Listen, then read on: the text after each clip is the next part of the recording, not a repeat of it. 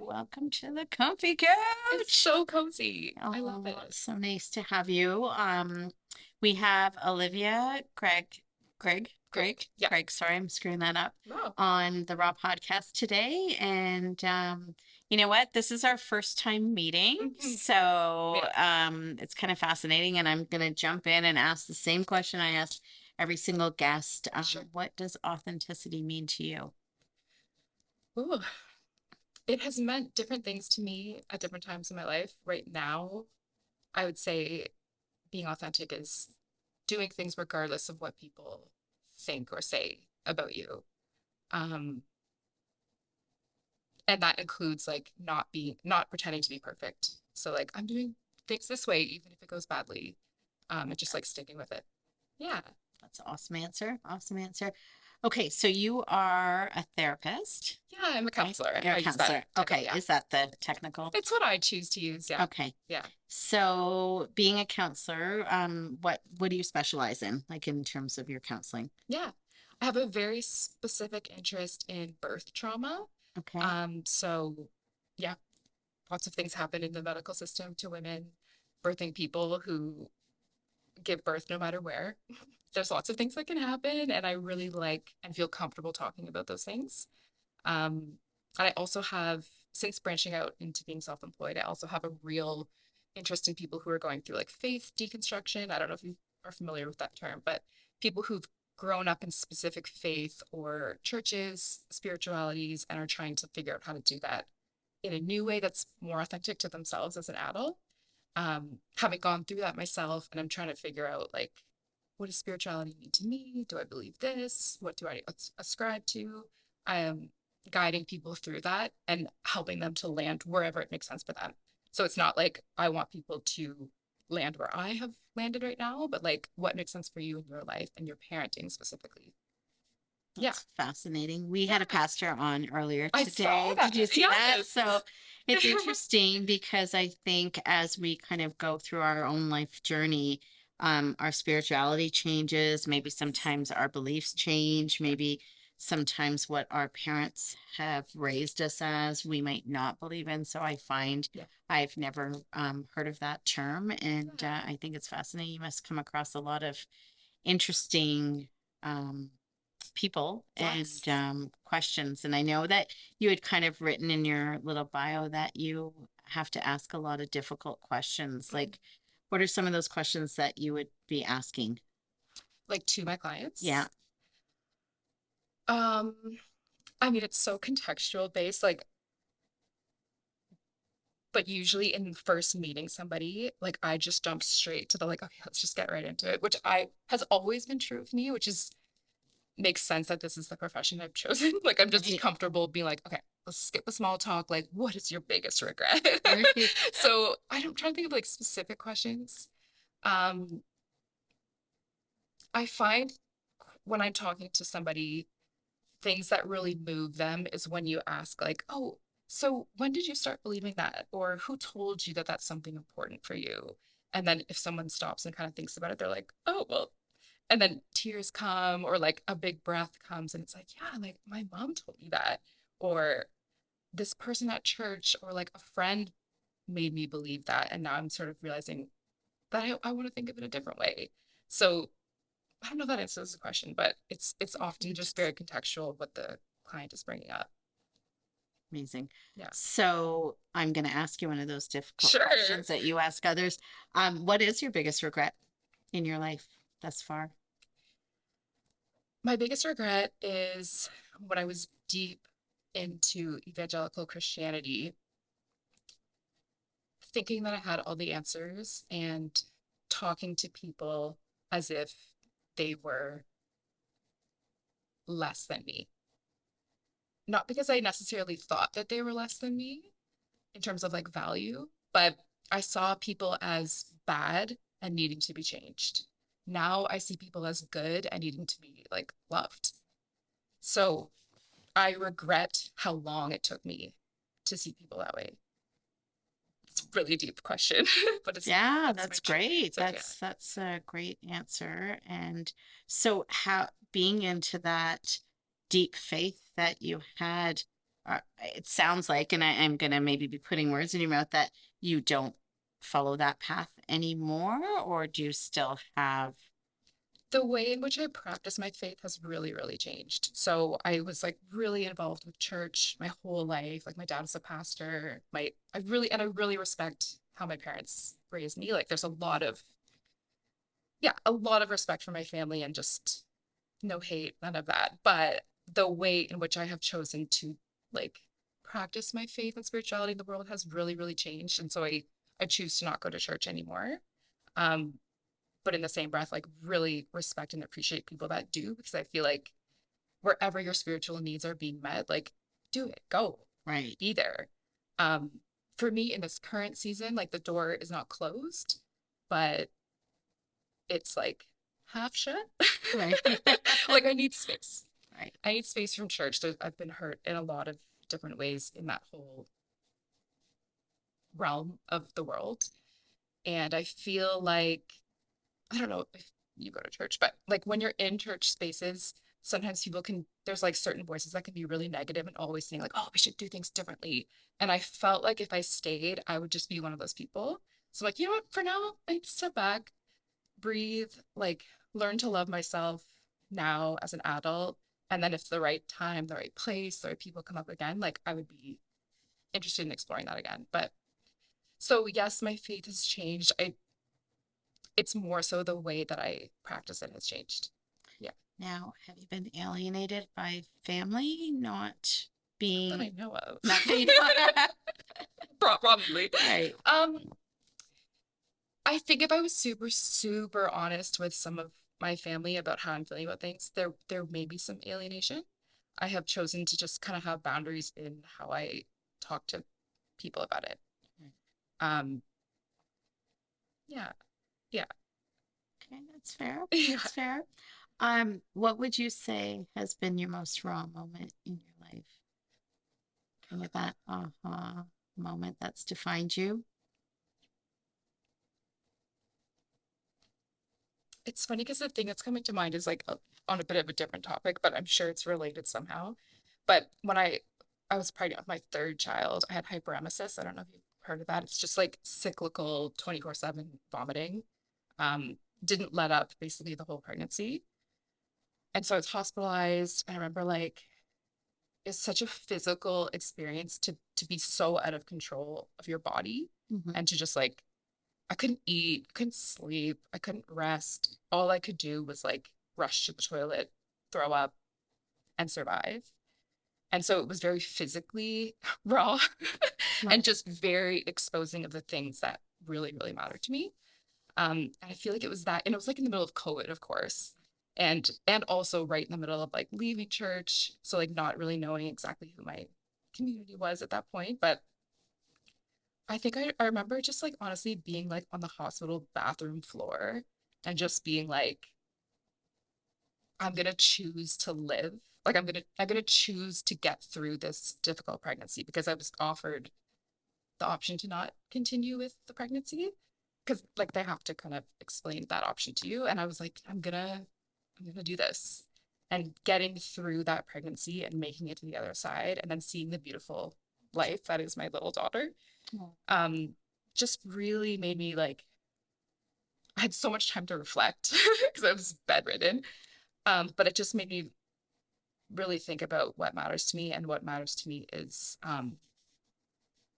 being honest with people and not trying to hide really, really messy stuff because I didn't have the option to hide what was going on for me. Um, and yeah, like that period of my life has really spurred me on to a lot of the things I'm choosing to do now. So it was a deep year of suffering, but I am who I am because of it. That sounds so cliche, but it's true. no, it's Yeah. true. It's true.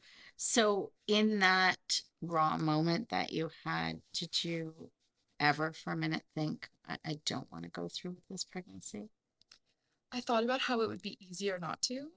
And I remember like this really sweet nurse. She was like, "Do you want to just see the baby like on the ultrasound? Like, would that help?" And they like rolled the thing in, and that like really, really, really helped. Um, yeah, yeah. But I had some really amazing people walk me through the conversation of that and like not shame me for considering. Um, but at the end of the day, I'm like, that's not what I would choose. So And you have three yeah. children. So have all three of your pregnancies been that difficult? The first one was kind of difficult for the first trimester. Second one was a breeze, no issues at all. Third one, they told me that the reason it probably happened is because it started as a twin pregnancy, and then I don't know, they don't know for sure, but the reason they gave was like one of the twins didn't survive, and then your placenta. I might, if someone's a doctor listening to this, they're gonna be like, No, no, no, it's but like your the truth. placenta was overworking with the hormones, so like the rush of hormones I was getting was to provide for two babies. So my body was just in like overdrive. Yeah. Wow. And then like got those tubes tied. I'm not having any more kids. No more. You're Yeah, I'm done. like, You know all you're right, done. we're good. Wow. Yeah. So how do you find balancing three? How old are all the kids? 6, almost 5, and then 1.5. Wow. And you have a busy career. Yes. So Yeah. how do you balance it all? My family, like my sisters, help me so much. My parents help me so much with childcare specifically. And then my husband is amazing. He has always been supportive of the things that I do. Um, he puts up with my theatrics when I'm not having good days. And yeah, my kids are just like really good sports. Like they're like, "Oh, are you working today?" I'm like, "Yeah." And they just don't put up, they don't like make me feel bad about it. Good. Um, and I just kind of do it with pride. And I'm like, I'm busy right now. I'm not busy tomorrow. Because I actually run 2 businesses. I'm also a musician. So we Okay. do weddings.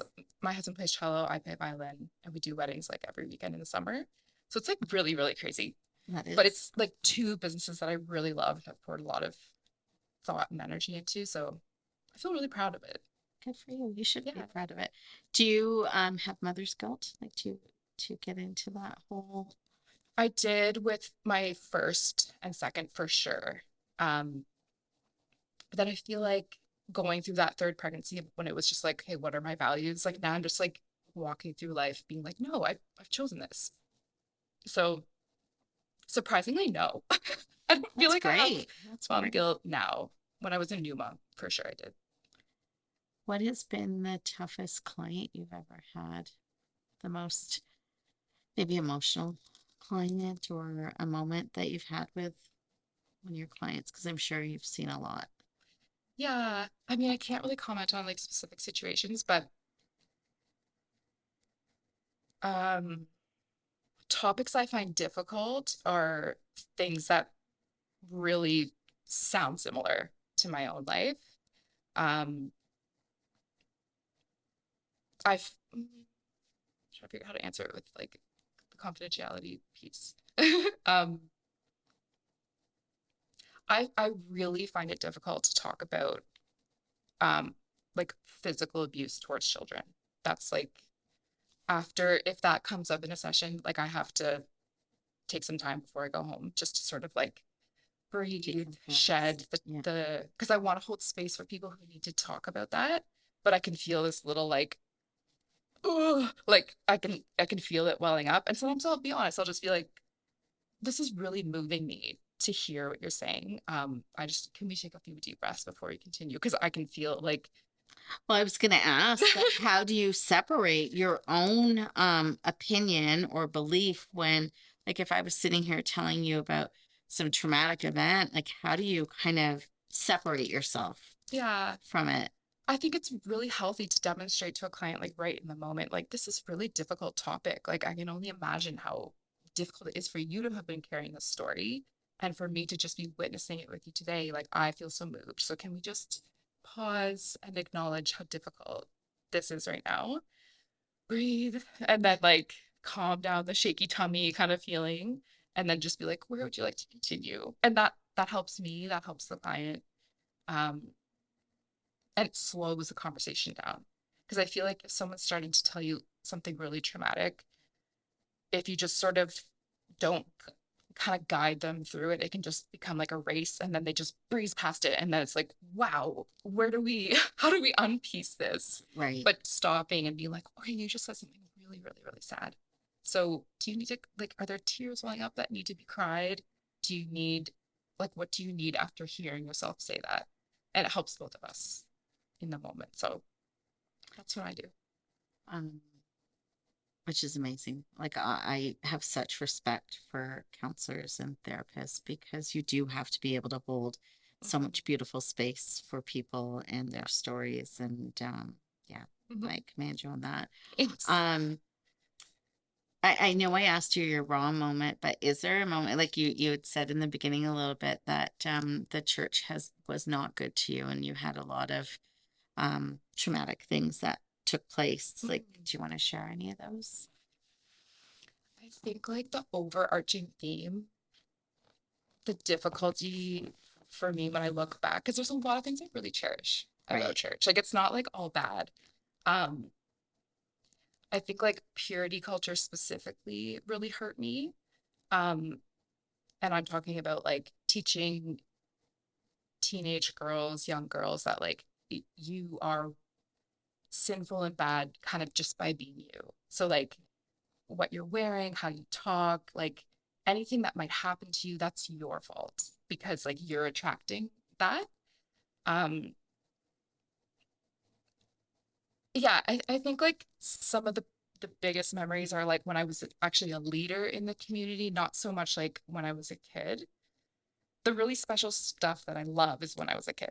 Right. Because I felt the love from people in the community. I felt really connected to people. I felt valued. I felt seen.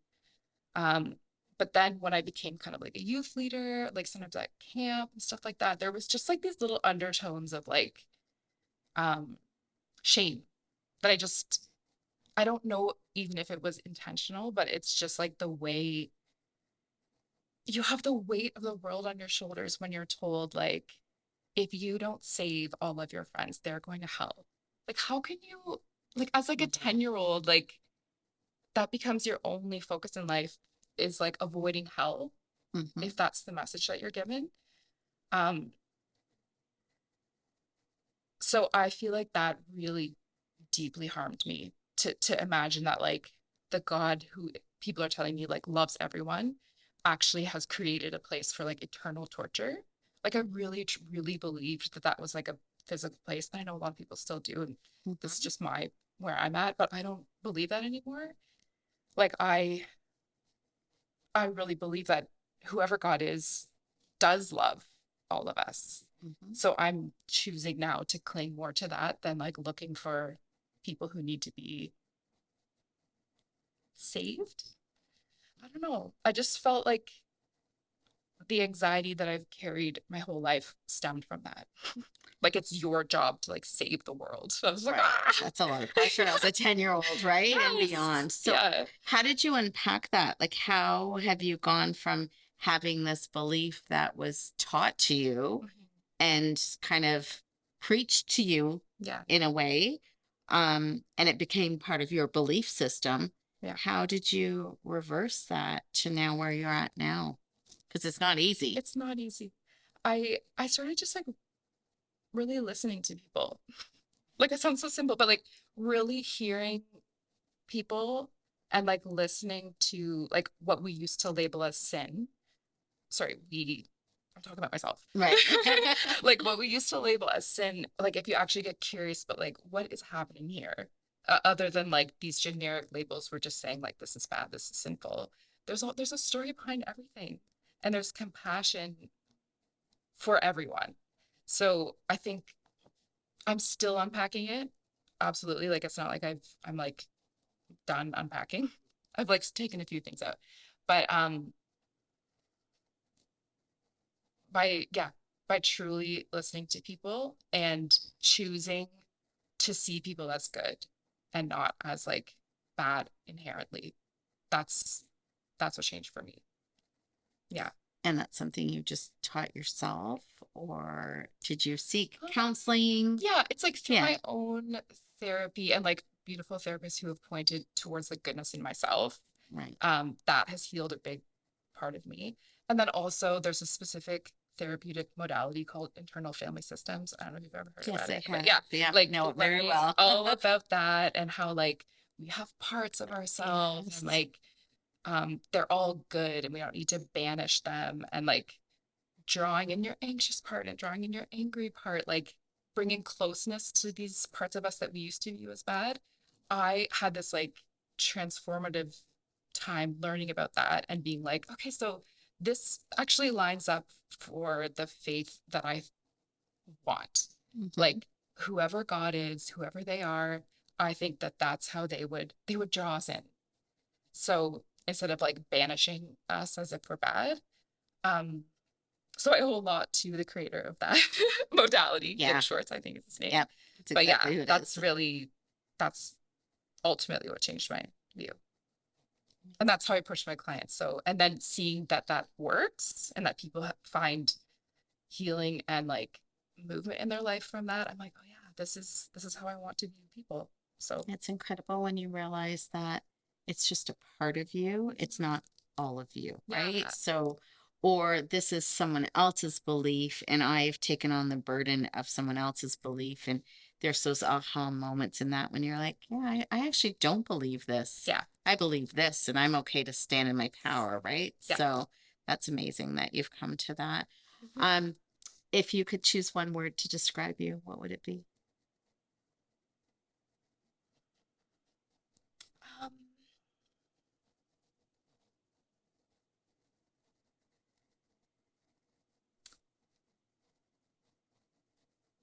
oh man, um, gracious, I think. But yeah, yeah, gracious. Like there's just room for questions and curiosity and not judgment with me. Yeah. Beautiful. I like it. Very gracious. Um, if you could bring everybody into one room that you have ever met in your lifetime, dead or alive, and you could only look for one person, who would you look for and why? It would have to be my husband, Evan. Like he is he is the one person who like really understands who I felt free to open up every part of me to. Like because I've never met with judgment with him, and he he's like really, really sees me. And that's definitely who I would be looking forward to or alive. Dead or alive. Yeah. Yep. Cliche, but my lovely husband. Your lovely husband. How long have you guys been married? Almost 9 years. Wow. Yeah. Did you guys fight? Oh yeah. Uh-huh. Yep. But it's good. Yeah. Yeah. And are you as open with him as he is with you? Like to be heard and seen without judgment? Yeah, I think Yeah. I believe it's mutual. If Yeah. there's one thing you could change about yourself, if anything, what is something that you'd like to work on? I would like to have a little bit more fun. I feel like I'm very serious. I always have been. And I feel like as I get more in touch like with my inner child and try to heal parts of myself that need healing, I'm just like, I really need to just kick back. I need to like kick back and have a good time and like prioritize just chilling with people rather than like working with people all the time. Because I love working, but yeah, I need a little bit more fun in my life. Yeah. Yeah. All right. Next time you're back, we're going to ask you all about the fun that you've had, and Yeah. what you've done, and I'd love things that. like that. Um, if you weren't doing the career that you're in now, what do you think you'd be doing? Probably something design related, like interior design or something, or maybe graphic design. I love art and like creating things, like physical things. That would, yeah, Probably where you're at. yeah, I think so. And if you could go back and tell your 5-year-old self something, what would it be?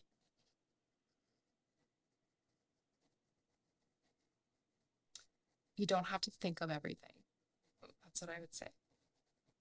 Just like older people can figure this out. Like you don't have to think of everything.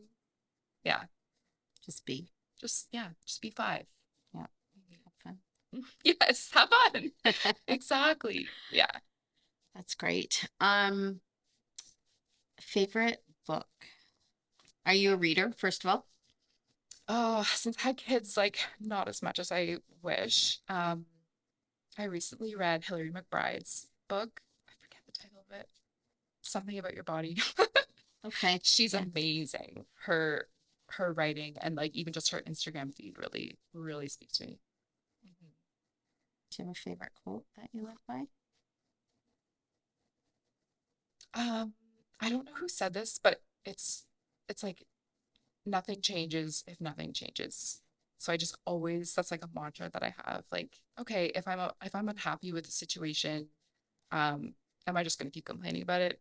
I have the power to change this. So yeah, nothing changes if nothing changes. I like it. Yeah. Yeah. Um, I've got two more questions for you, and Sure. then we're gonna wrap up. All Like right. it's yeah, this has been great. Guilty pleasure. Chocolate. Chocolate. It's not even guilty. It's just a Yeah. pleasure. It's a pleasure. Good for Like you. anytime I can have like little candy chocolate, like peanut butter chocolate, Yeah. anytime. Amazing. Last question. I need you to close your eyes, Okay. and then I will explain what I need you to do. To make sure. I want you, when you open your eyes, the first word that comes to your mind, and you can open. I think brave. Yeah. That's beautiful. Mhm. Love that. Thanks. Olivia, thank you so much for being here. This is so great. Let's get real.